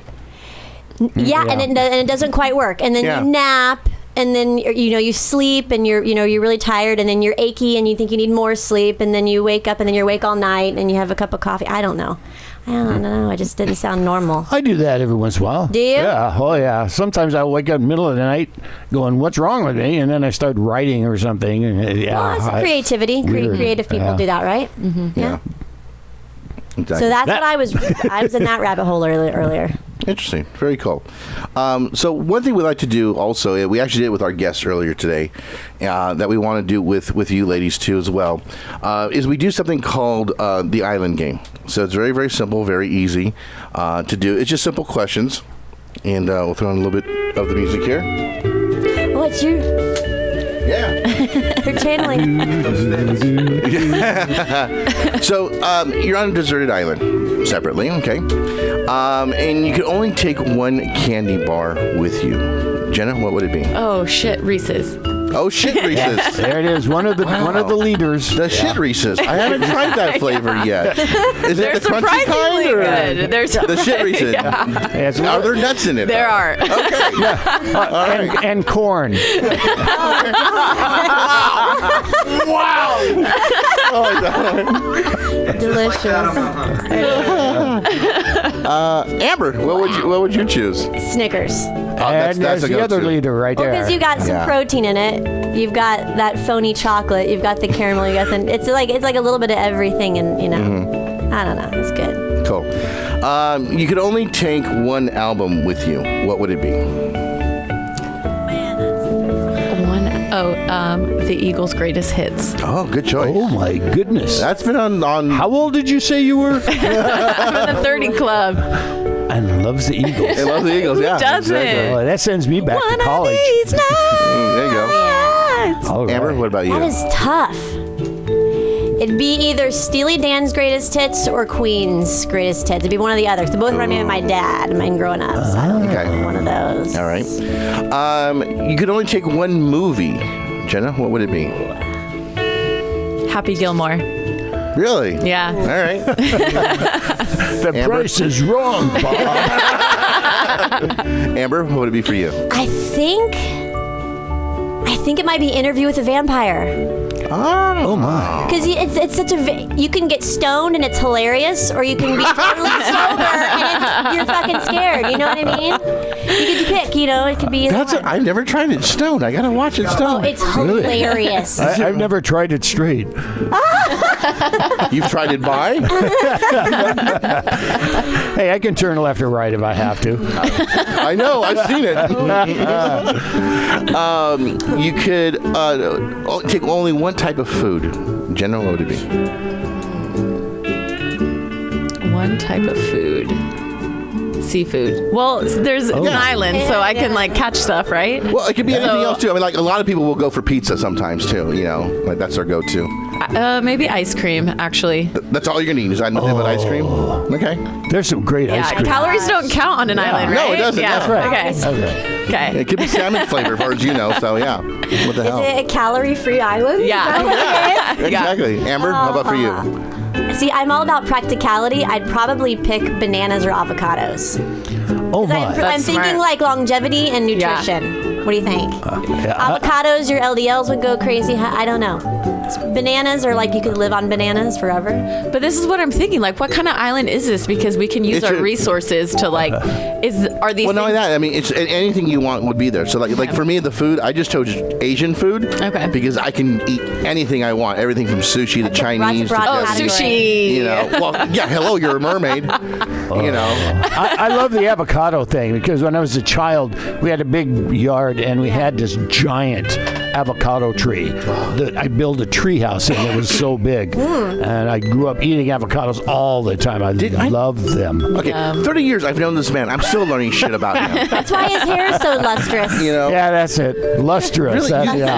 Wow, talk about kissing ass. Well, there you go. Your hair's lustrous too, all right? Thank you. I diet. Amber knows how to kiss ass. Got it. You gotta do something right. Yeah, exactly. +2. Now they're equal. Okay. Really, you grew up with an avocado tree in the backyard? We had in the backyard a fig tree, avocado tree, peach tree, apricot tree, plum tree, and lemon tree. Is it a fucking farm? Wow. It seemed like whoever owned the lot, it was like a long lot in between other houses and stuff.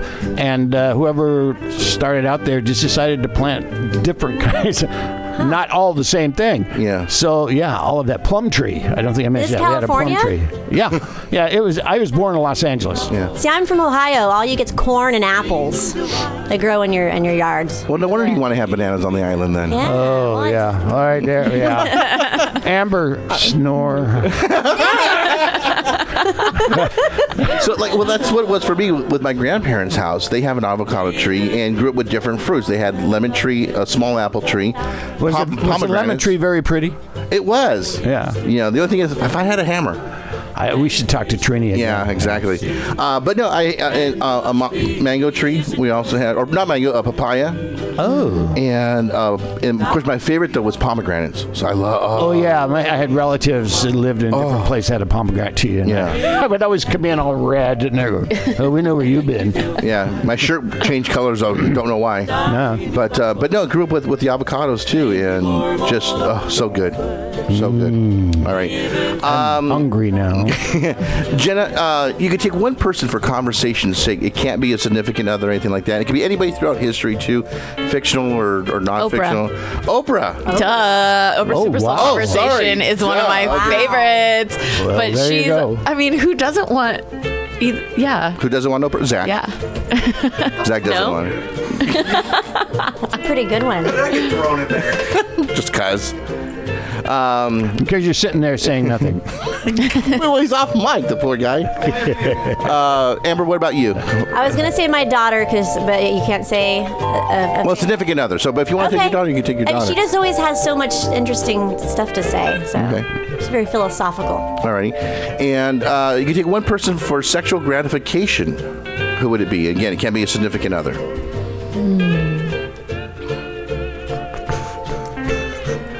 Oh, she's really thinking about this one. I'm in a relationship, so I automatically have to say if I want to stay in it. No. Sorry. You don't know lesbians. I'm treading on territory here, so I have to say my girlfriend. Yeah. You can't be a significant other. Yeah, You cannot be a significant other. Oh gosh. Don't you have like a Hall pass? hall pass list? I don't think. Okay, so I'm just gonna let's see. All right. I don't know. This is a tough one. Yeah. You ever got one yet? No.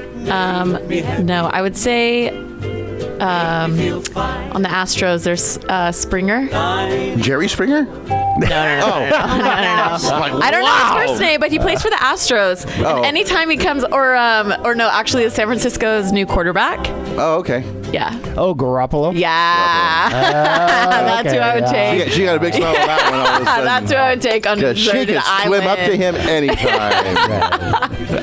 So if you're listening, get at me. 555. Yeah. Amber? I know it's a tough one for you. That's a tough one. Yeah. Let's see. Okay, I have to go with my all-time crush. Sure. It'd have to be Kylie Minogue. Really? She is bi. Yeah. Ooh. Yeah, she is. Yeah. Since I was 8 years old, I've been. And in her prime, she was good looking. Oh my gosh. Yeah, Kylie's adorable. Yeah, very doable. Adorable and doable. Both. Yes. That's a good There we one. go.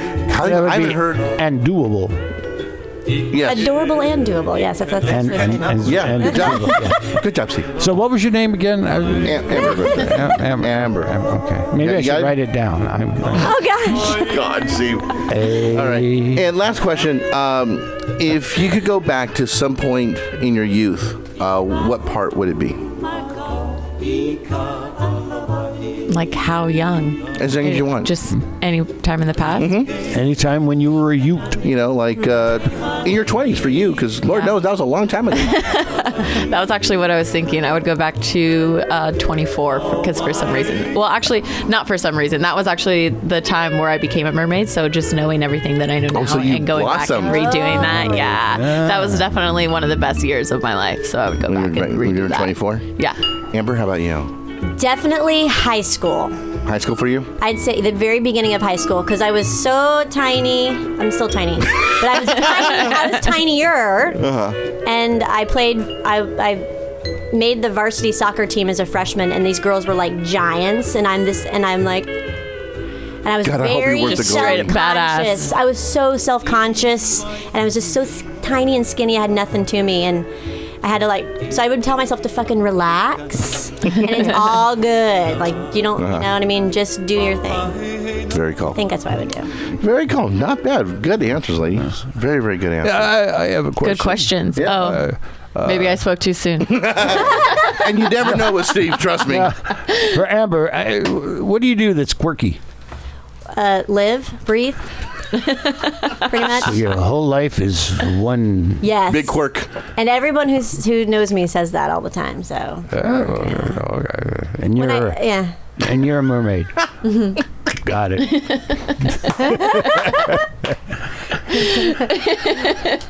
I just love that. And you're a mermaid.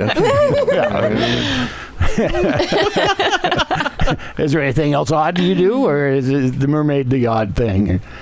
Well, you probably don't look at it as odd right now, but that's normal. Yeah. Well, to us, it's, I guess the mermaid is the most out there thing. Yeah. How close to Disneyland do you live?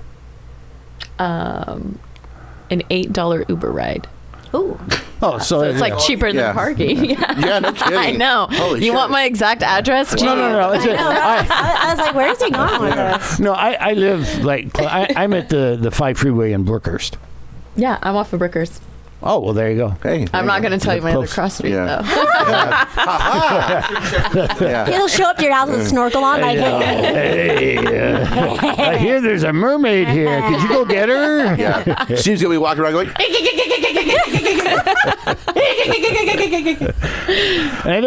Amber, where do you live? I'm in Long Beach. Long Beach. Where in Long Beach?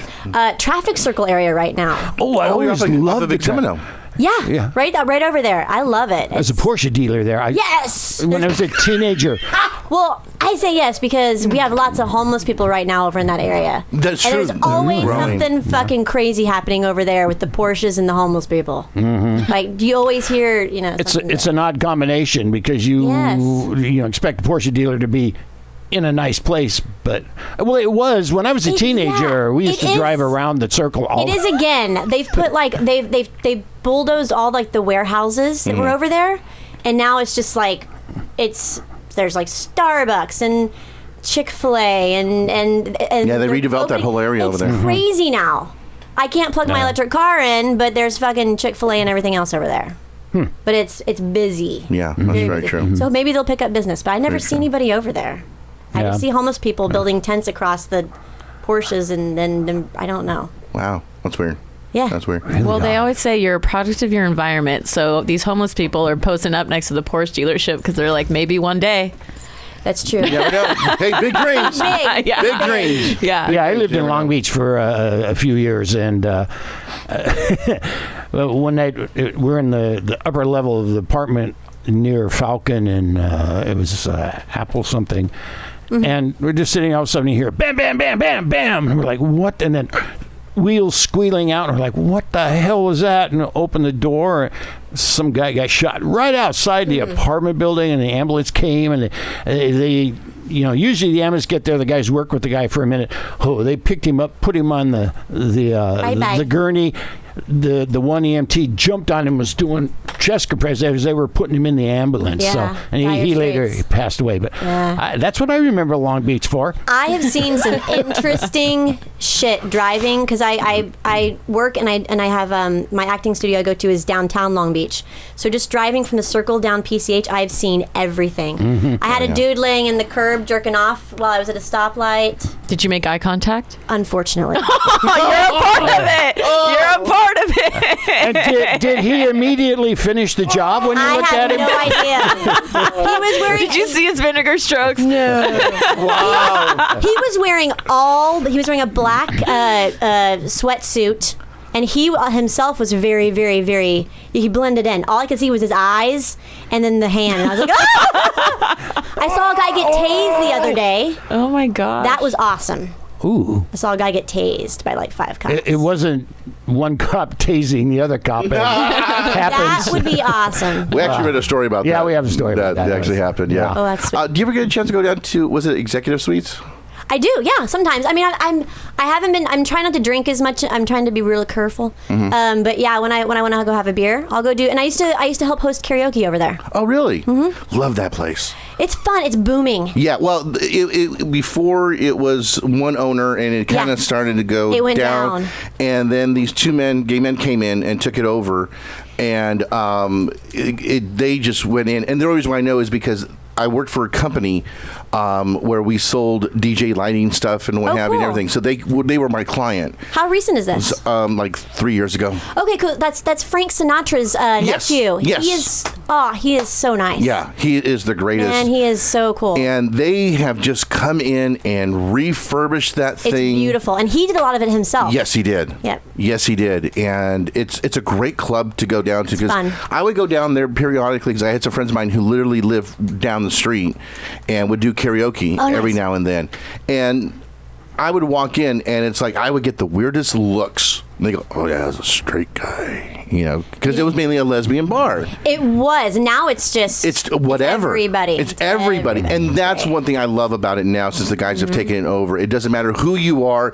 Everybody's welcome. It's awesome. And they've got 3 levels now and everything. They'll have live bands up on the top floor, whatever, just regular things going on. Yeah, they have live bands. They have, the dance, oons, oons, oons, and they have, a drag How was review. That?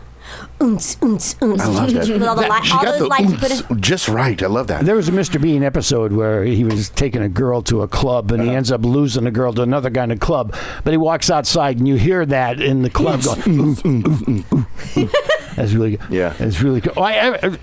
Gennah, what do you do besides being a mermaid? You get paid to do that, right? Yeah. Yeah. So that's kind of your job. Is that? Kind of, but I have another job too. You do have another. What is that? I get people drunk. Yeah. Well, thanks for the show. We'll see you tomorrow, guys. Yeah. Take care. Have a good one. We're going to Gennah's bar. Yeah. So Tequila. She's going to take advantage of us, too, later on, I hope. Yeah. Don't flatter yourself. Are you a bartender? Oh, ouch. Ouch. You're a bartender. She's going to get you drunk and Where? leave you there. Make a good margarita. Or will you ever tell us where? That should be the question. Not on the air. Not on the air. Okay. All right. Well, we'll definitely have to go visit, though. See how good you actually are. Yeah. I'm pretty good. Okay, we'll find out. We'll find out. So, one thing we like to do at the end of every show is play a game. So, we're going to switch. Zach and I are going to switch seats over here. So, Zach, come on in. Why don't you bring that chair in also, bud, so that way I can jump on the other mic. All right. We put it off long enough. And now, ladies and gentlemen, boys and girls, children of all ages, it's the game show Sweeping the Nation. Quiz me, quiz you. All right, girls. So keep in mind, this is just nothing more than a potpourri of questions. It's just to see how stupid we really are. Nothing more. Your name is your buzzer. So if you think you know where the question is going, just shout out your name. Zach will call on you, and we go from there. He's using the general stupid term. I like the way you say potpourri. Potpourri. I've never yelled out my own name before. Have you? It's so much fun. Try to never date an Amber. Weird. Okay, question number 1. How many NBA championships did Michael Jordan win with the... Sean? Oh, God. It's got to be 5 or 7. Steve. I'm going to say 7. Incorrect. Damn. Oh, why didn't it work? There it is. Steve? 6. That is correct. He won 3. He went and played baseball, came back, and they won 3 more. Michael Jordan? Yeah. Okay. I know, Played for Mike. the White Sox. I have a baseball card from when Michael Jordan was trying out to play baseball. Really? That's a real thing. Wow. Yeah. It's really bizarre. And then he couldn't really hit the ball that well, so he Well, it was a smaller ball. gave up and came back. Yes, it is. He likes big balls. He likes big balls. Ay, ay, ay. Okay, that's super interesting. Question number 2. What year was the first model iPhone released? Oh, God. Steve? 2004. Amber. 2006. We are just getting closer, but no cigaro. Amber, 2007. You don't get to go twice. No, it's before that. Damn it. 2005. No. I just wanted to tweet. I don't know. I think it's like 6 hasn't been said yet, right? 2002. I think Before it's that. 2002. So 2005? John, 2005? I just said that. Do you not listen? That's where you heard it. I said before that, and you're like, oh, 2005. 2002, Gennah. Damn Nope. Okay, Steve. so See how we're idiots? It doesn't matter. my son is 12. I got one when he was a baby. So it's 2000. I thought it was 2007. That is correct. I just couldn't give you the second answer when you said your name twice, but What? your host is being a we got dick. it. Say that. What was that question again? When was the first iPhone? Yeah. 2007. I got it when my son was a newborn. Whoa. As opposed to an old born. An old, yes. Oh. Well, that's a lot later than I thought. Yeah. Okay, question number 3. Oh, that was exciting. What part of the atom has no electrical charge? Amber, neutrons. That is correct. Ooh, she's Listen. coming out fiery. Question number 4. Now, this is easy. What animals are pearls found in? Jenna. Jenna, Steve. Clams. Oh, Jenna. Right? Oh, my God, Jenna. I was right. No. No. I got to turn Pearls? the mic down. He's saying animal. Are Amber, can I go now? Yeah. They're in oysters, right? That is correct. That's correct. Oh, Wait, you're considering oyster an animal? whatever. I just wear them. Well, there you go. In different ways. I guess it's better to be classy than smart. No. Wow. Low blow. I knew I wasn't going to like this game. Maybe about. And in my defense, you shouted my name. Yes, I did. I didn't say my name. It was everything I knew wanted I it didn't to know be. the answer. Wow. Okay, question number 5. God, we're only on number 5? Yeah. Jesus. Sorry. We're having fun. That's fine. Which animal can be seen on the Porsche logo? Amber, come on. Oh, Amber. That's. Oh, is it a real animal? It's like a phoenix or something, or a griffin? No. It's a real animal. It's a bird. It It's is a not. plane. No. It's Sean? not a Superman, Sean. A horse? That is correct. What? A horse. Oh my gosh. Okay, screw that. Question number 6.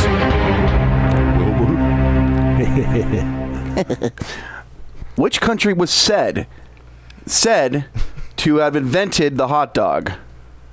I didn't know countries could speak. Who knew? Your host doesn't really do the best research. Hot dog. I have a guess, Sean. but I don't Sean. want to. Germany? That is correct. There we go. Yeah.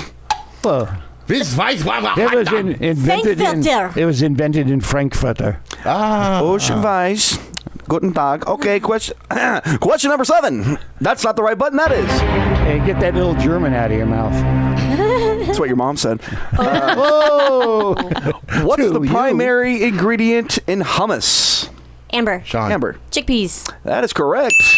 Getting down to the Amber's kicking I think ass. she's winning. I just know too She much said random that. shit. I love I know that. so much random. It's like there's no space for real things. It's just random.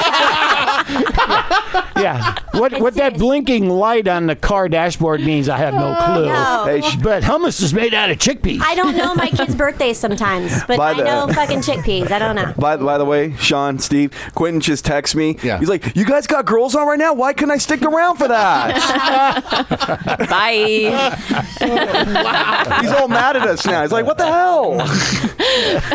Okay, back to my voice question number. Shit, what number am I on? 7.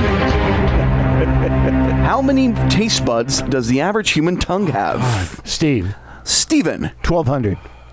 No. Sean. Sean. 500?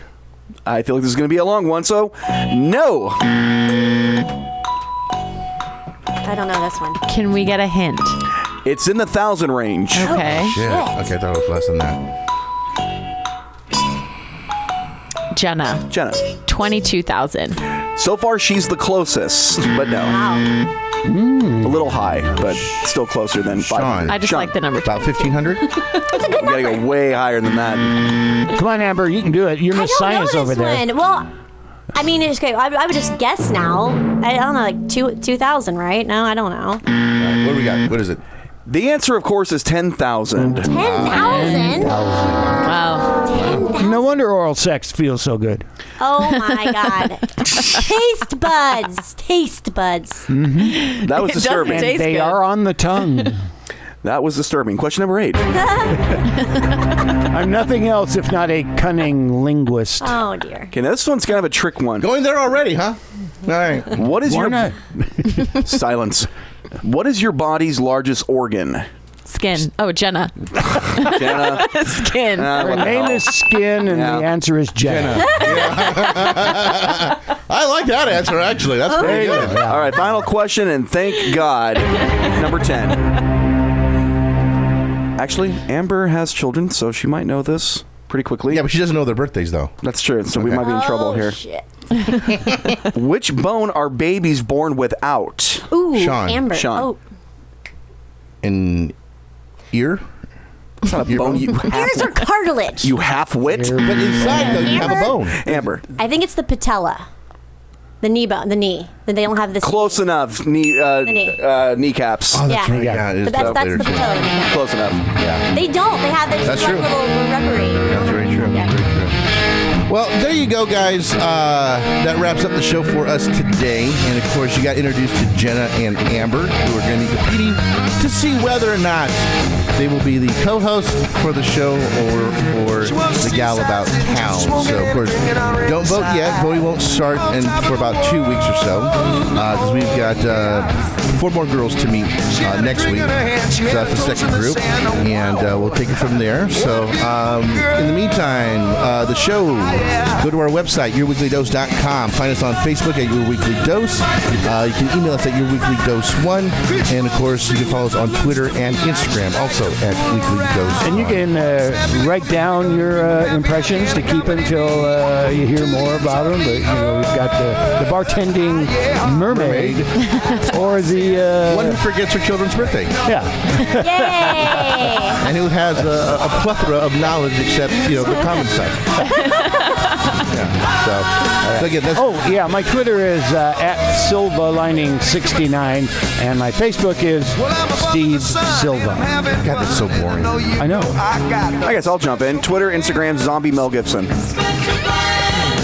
What? That's not good enough? Oh, that's exciting. That's a normal reaction we get from them. So, ladies, thank you so much for coming in. Did you guys Thanks have for fun? having us. Yeah, a lot of fun. Good. I think we'd be a good team. Yeah. If this doesn't work, we're gonna start our own shit. Yeah. There you go. Absolutely. There's always room for everybody. You got competition. Absolutely. Why not? Why not? More the merrier. So, in the meantime, guys, catch us next week. Again, we're going to have 4 more gals come in that we're going to introduce you to on this whole wonderful trip that we're doing to find out again who will be our co-host and our gal about town. So, until then, go out and have a wonderful day. Try and stay a little bit cool. I think it's a little bit so humidity out there. Not too sure. So, but it's beautiful day, It's a beautiful day out here in Southern California. So, go out and have some fun. Go to the beach. Exactly. Do something to get to stay cool. So until then, be good to each other, guys. We'll take care and see you next week. Goodbye, world. Whoops. What'd you do? He got excited. Wow.